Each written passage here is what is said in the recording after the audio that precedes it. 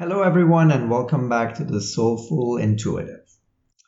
On this episode, we're going to talk about vulnerability one more time. It seems like the more we talk about vulnerability, the more we realize how important it is, and it is a theme of our modern society. I got a message from one of my family members the other day, and it was a quote from someone wise that people should not share their pain and their hardship with others because others will look at them as weak and defeated. And as a result, they will look small and little. And usually I try not to get into those conversations with this particular person, but I had to write back and say, well, I 100% disagree with that comment, and I'm not even sure this wise person that you are quoting from has said this statement or not, but I know for sure that it's 100% wrong.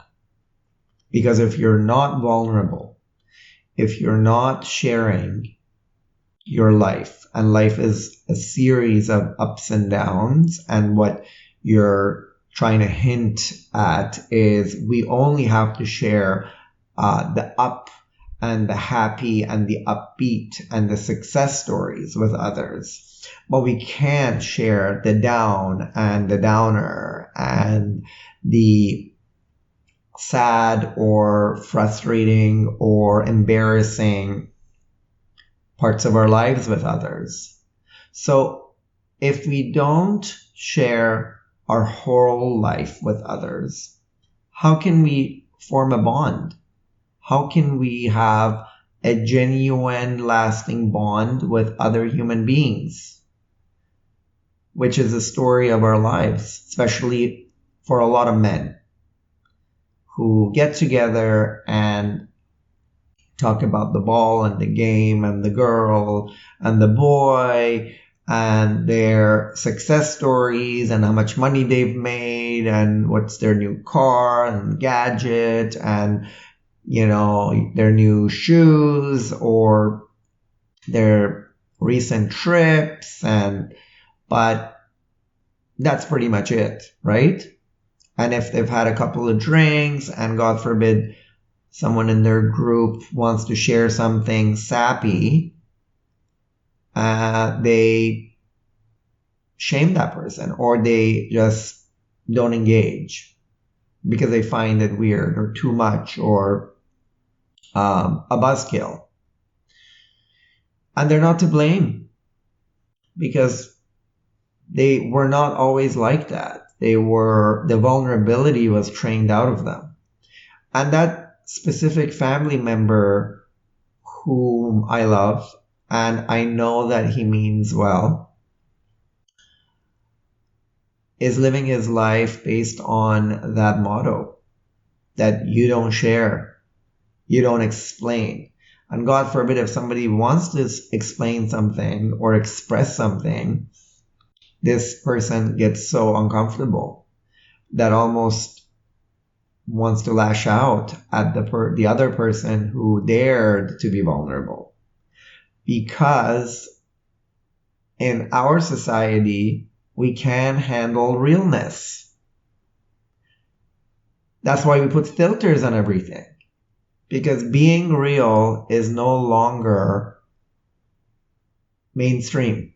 Being real is ugly, is unwanted. So if you take a picture and you don't like your lips, filter it. If you take a picture and the lighting's not good, or you look your age, or worse, older, filter it. And if you are sad, mask it. If you're angry, swallow it. So others don't get uncomfortable. I don't know. To my experience, when you share with the right people, they love you more. They see a side of themselves in you. Because if the recent events in our world, the Western world, didn't teach us anything, if we didn't see a certain prince opening his heart out about what he wished he would have had growing up, love, validation, like if that didn't teach us anything, if Elvis Presley's daughter's death didn't teach us anything, that you can be born into fame and fortune and good looks, talents, the whole 9 yards, and you can still be sad. You can still be angry. You can still be frustrated. You can still be disconnected. You can still be used and abused. And if that doesn't teach us anything, because the motto of, only share your success stories comes from the place that, financial success or the looks of things, the external world, like what makes you look good is promising you eternal happiness, is promising you acceptance. And we can look at how many celebrities have we lost in the past 10 years, Michael Jackson, Whitney Houston. I mean, these were immensely talented people with all that money could buy. They were beautiful. They were talented. They were rich. They were famous. They could see prince and princesses of the world, and kings and queens and the governors and the presidents, and yet they all suffered from the same thing: loneliness, lack of self-esteem, lack of connection, isolation, secrets, secretive lives, shame, guilt. So why are we telling each other? More importantly, why are we telling ourselves that if you tell someone that you're sad or you're angry or something, the opposite of upbeat that has happened in your life is going to make you look small or defeated? Is that how we feel when we go to the gym? What happens when we go to the gym? We go to the gym, we lift heavy weights, and it hurts. It hurts so much that sometimes we get very close to pass out. Do we not share that? Do we not appreciate that? Like if you do CrossFit, the one thing that I learned about doing CrossFit is everyone's always complaining about how sore they are. But in a good way, because they're telling each other that I'm going to be stronger. I pushed myself, and that pain is going to bring me strength, power. That pain means something. So how come we don't apply that to everything else? Why is it that we always have to say, like everything's easy, good, everything's good, everything's easy. I have a neighbor next to my salon, and she's a wonderful Ukrainian lady. And every time I ask her, how are you? And she said, wonderful. And I asked again, how are you? And she said, tremendous, terrific.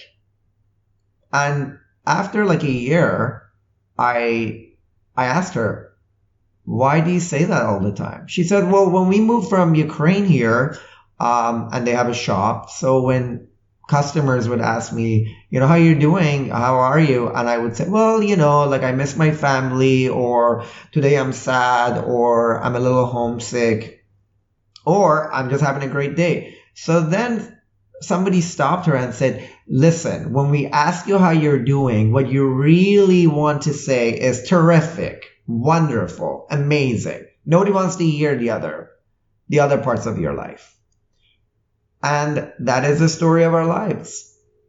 That is a story of all of our lives, where we are told that we need to be dishonest. about the state of our mind, about what's happening in our lives, and feel guilty if we're going through a rough time. Do you think that is wise?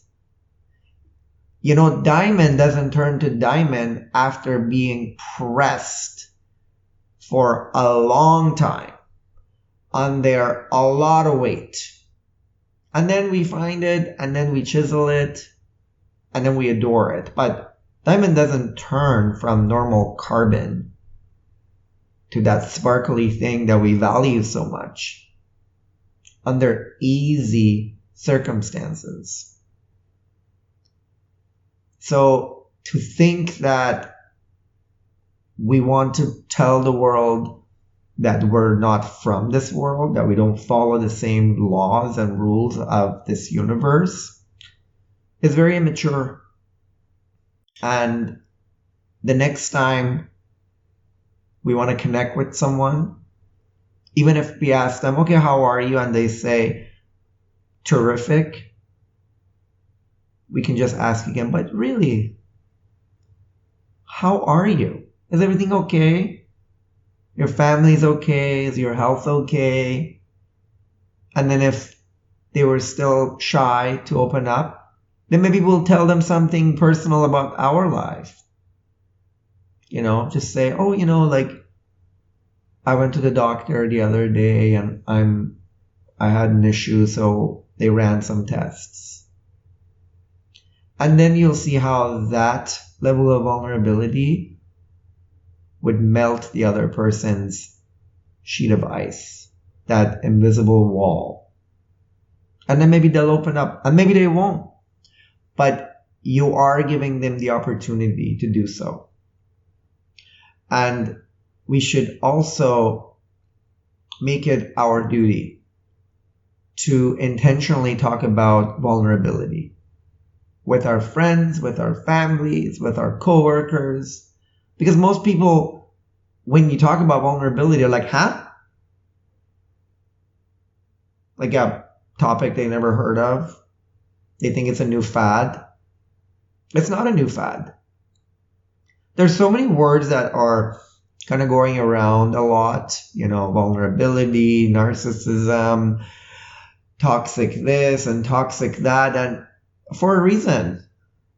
Because it's time. It's time. As humanity, we have decided collectively that we are going to push ourselves to the next level. We have seen consumerism. We have seen capitalism. And not the good side of it. We have seen disconnection. We have seen the false values. But the good thing about human beings is we all have that inner voice, that inner knowing, that wisdom that goes way beyond our current lifetime. So we know when we've chosen the wrong path, and we know when we're going down the wrong road. And the good news is that we can come back. And not only we can come back, we can hold other people's hands and guide them towards the better road. The road where humanity is happy, connected, vulnerable, in touch, intuitive, wise, loving, happy, and more importantly, just human, and very accepting of our humanness, which is flaws, shortcomings, and strengths. And we're all here on this planet to work on our shortcomings, because those are opportunity for us to add more strengths to our already long list of strengths and gifts and values and talents. Thank you again for tuning in. I will talk to you very soon. Bye.